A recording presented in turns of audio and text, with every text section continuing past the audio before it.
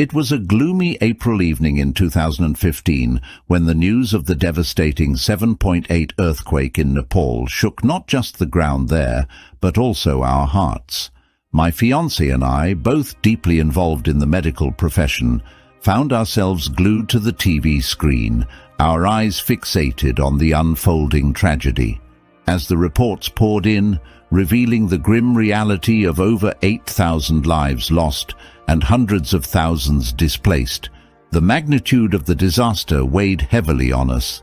But for my fiancée, who parts of her family hailed from that very part of the world, the impact cut even deeper.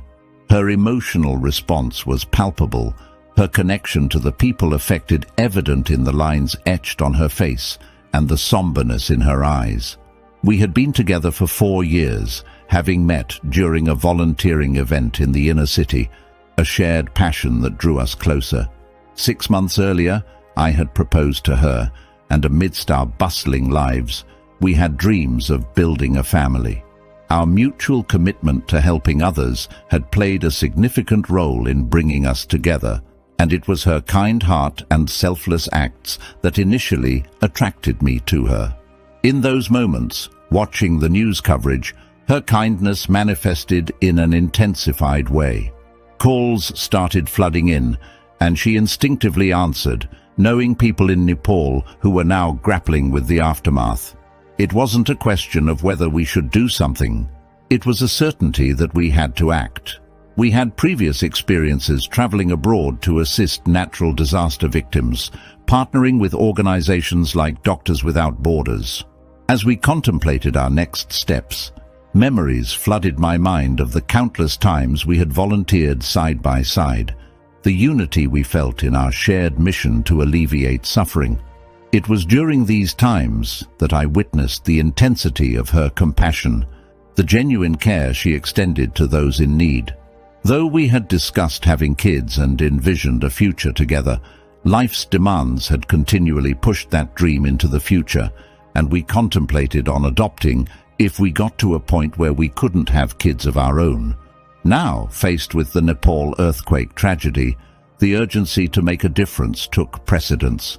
We were not just spectators, we were compelled to act, driven by a shared sense of responsibility and love for humanity. Little did I know that this moment would be a turning point, not just for the people in Nepal, but for us as a couple. The gravity of the situation brought to light the depth of her empathy and the strength of our connection. However, Nepal seemed distant to me, and my commitments here in the United States at the time made it challenging to embark on a mission to the earthquake-stricken region. Despite considering myself a minimalist, capable of living out of a backpack, I felt the weight of my responsibilities here. Even though I entertained the idea of making the trip, practical considerations held me back. I thought I had successfully talked my fiancé out of it, believing that volunteering financially was the best contribution we could make. In the weeks that followed the disaster, a relentless stream of calls from that part of the world inundated our daily lives. My fiancé, on the other end of those conversations, spoke passionately about the earthquake, the victims, and the profound suffering endured by the people. Her voice resonated with a deep sense of empathy, and she outlined how she could provide crucial medical support to those in need. As she shared these stories, a growing sense of guilt settled within me, the realization that we were not on the ground doing everything we could to help. Her unwavering dedication to making a difference left me feeling a moral obligation to act. Despite our initial decision to contribute financially, her calls painted vivid pictures of the ongoing struggle and the urgent need for hands-on assistance.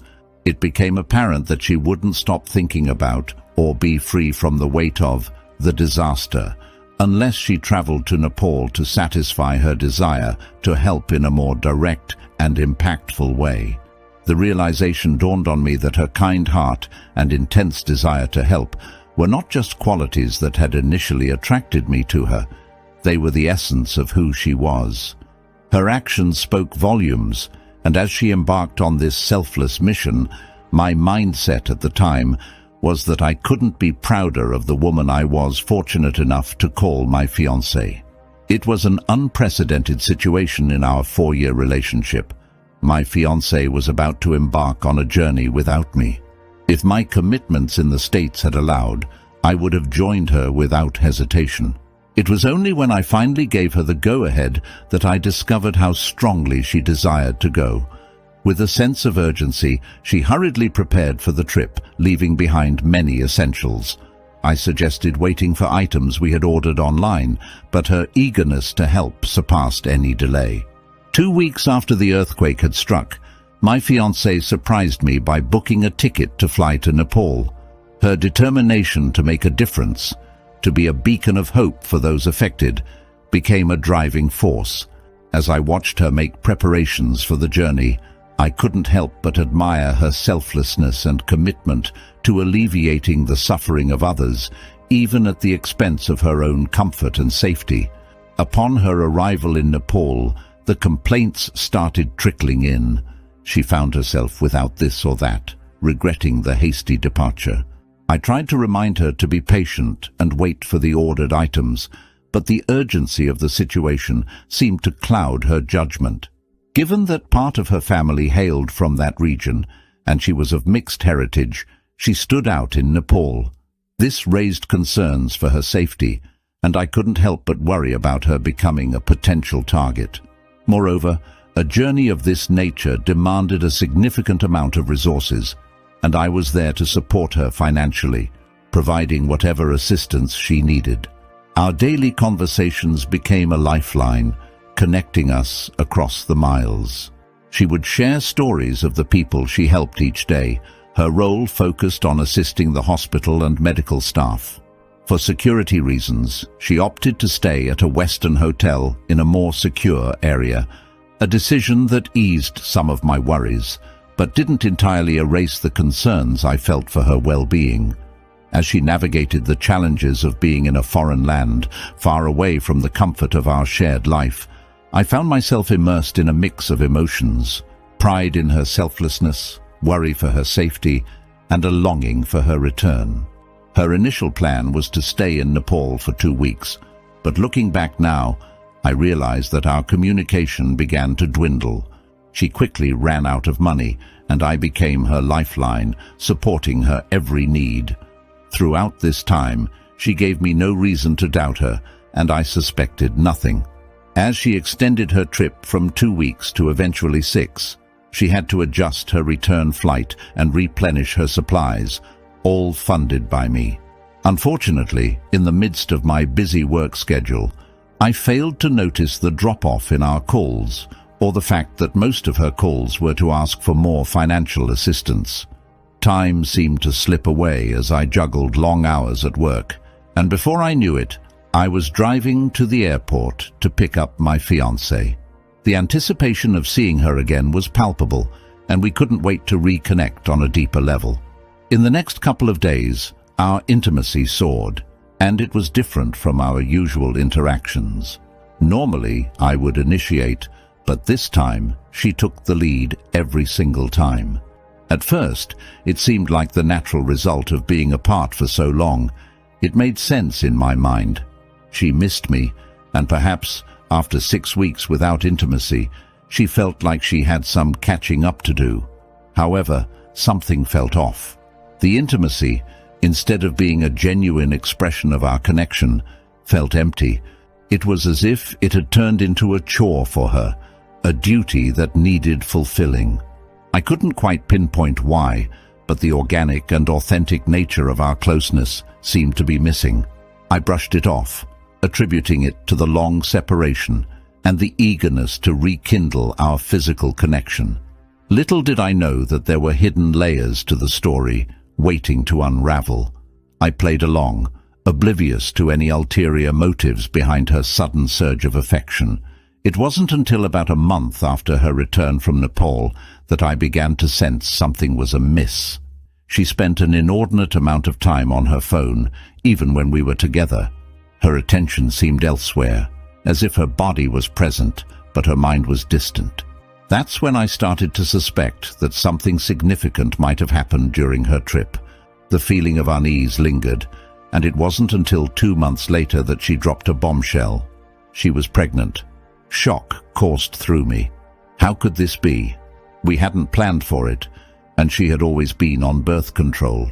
Confused and searching for answers, I asked her how she could have gotten pregnant. Initially, she claimed she forgot to take her birth control pill. Skeptical, I pointed out that forgetting wasn't in line with her responsible nature, especially when we had a steady supply delivered regularly. Her story shifted, and she offered a different explanation. She said her experiences in Nepal, witnessing the earthquake's aftermath and the struggles at the hospital, convinced her of the need to start a family. While this reason seemed more convincing, I couldn't shake the feeling that she should have communicated this profound decision with me. Starting a family is something we had discussed, but making such a unilateral decision without involving me felt unsettling. The gravity of the situation sank in, and the dynamics of our relationship shifted. I grappled with mixed emotions, the joy of impending parenthood tinged with the uncertainty of the circumstances surrounding her decision. The trust that once formed the foundation of our relationship now seemed fragile, as if the seismic waves from Nepal had reached us and altered the landscape of our lives in ways we never anticipated. She couldn't give me a clear answer about why she made the decision to get pregnant and simply apologized. That apology spoke volumes, revealing that something was amiss, and my instincts told me I needed to investigate further. Restless with suspicion, I knew I had to get to the bottom of this unthinkable situation. When she left her phone unattended for a moment to take a shower, I seized the opportunity to delve into it. Since she frequently used WhatsApp to communicate with her family abroad, I connected her WhatsApp messenger to my laptop browser using the QR code. The shocking truth unraveled before me. My fiancée had met a local guy during her trip to Nepal, and they had started a relationship. In their messages, she expressed her love for him, and they exchanged non-explicit pictures capturing their day-to-day activities. It became painfully clear that they were having an affair, yet she seemed conflicted about being with him, perhaps due to security concerns or the realization that it was all a fantasy. To compound the situation, she'd been sending him money, and shockingly, part of the funds I'd sent her during her trip were used on him. The gravity of the betrayal hit me like a ton of bricks, leaving me grappling with a mix of emotions: anger, hurt, and profound disappointment.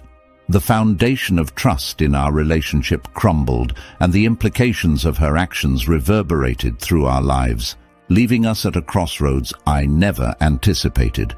It took me 2 days to piece together all the information and grasp the full picture of what was happening. As I connected the dots, everything fell into place, including her post-trip behavior, the love bombing, and the shocking revelation of her affair. The puzzle began to make sense, but one piece still baffled me. Why would she get pregnant? It wasn't until I remembered her hastily forgetting to take her birth control pill that it clicked. Perhaps, in the rush of the affair, she didn't feel the need for contraception, as she hadn't planned on being unfaithful. Armed with this understanding, I confronted her. I laid out all the evidence and explained the sequence of events. She was in shock, repeating the phrase, "Oh my God." I asked her how long she intended to continue this deception, and she admitted she didn't know. She confessed to being caught up in the emotions of the affair, not fully thinking through the consequences. Her shock deepened when I made it clear that I couldn't accept the situation. To her disbelief, she couldn't fathom that I might leave her for having an affair, let alone for being pregnant with another man's child. In her delusion, she thought that I would stay with her simply because of the unborn child. It was as if she believed we were just adopting a child, as we had discussed adoption before. She failed to recognize the significant difference between going on a trip, having an affair, risking my life by having unprotected sex, and returning pregnant with another man's baby. The magnitude of her actions almost deceived me into believing that the child could be mine, a notion I couldn't accept once the truth came to light. The trust in our relationship shattered, and the weight of the betrayal left us both at a crossroads, facing a reality neither of us had foreseen. In her delusion, she saw the affair as an oversight and believed we should focus on raising the unborn child together. I was incredulous. She became angry, feeling betrayed by my decision to leave despite her being pregnant. It was a surreal situation where she saw herself as the victim. When I discovered her affair, most of our family and friends already knew about her pregnancy and assumed it was mine. However, when I asked her to leave, the narrative shifted, and suddenly I became the villain. People accused me of heartlessness, questioning how I could kick out a pregnant woman. What they failed to acknowledge was that the child she carried wasn't mine. The pressure to man up perplexed me. What did that even mean? She needed to face the consequences of her actions, and the responsibility fell on the man who got her pregnant.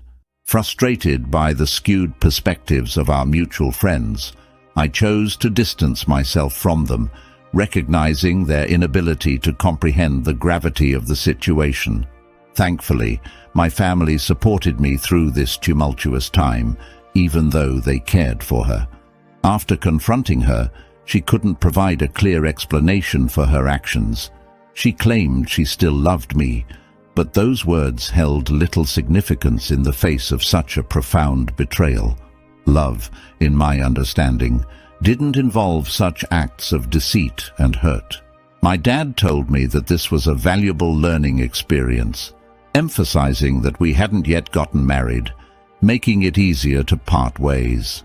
After our breakup, she clung to the hope that I would come to my senses and take her back. When she realized the futility of her delusion, she attempted to damage my professional relationships by sending messages to some of my colleagues. Fortunately, most of them saw through her deceit and supported me. I won't pretend that this has been easy, because it hasn't. I loved her, and a part of me still does. The experience has been traumatizing. I never imagined I could love someone so deeply and be betrayed in such a horrific way. This betrayal has left me jaded, and since then, I haven't welcomed the idea of entering into a serious relationship with another woman. The wounds from this experience run deep, and healing is a process that takes time.